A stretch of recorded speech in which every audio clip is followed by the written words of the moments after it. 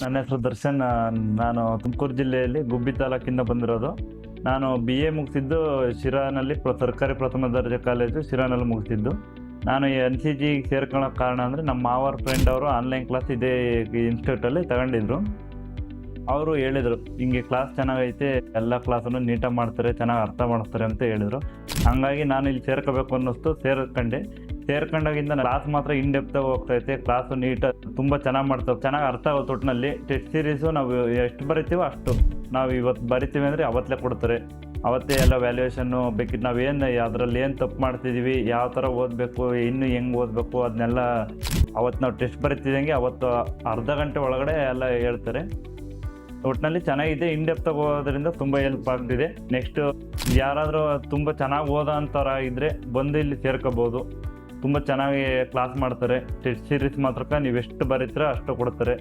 ಅದು ಟೆಸ್ಟ್ ಸೀರೀಸೇ ನಮಗೆ main important. ನಾವು ಎಷ್ಟು ಓದಿದ್ದೀವಿ ಅಂತ, ನಾವು ಇಷ್ಟು ಓದಿದ್ದೀವಿ ಅಷ್ಟು ಓದಿದ್ದೀವಿ ಅಂತ ಅನ್ಕೊಂತೀವಿ ಅಷ್ಟೇ.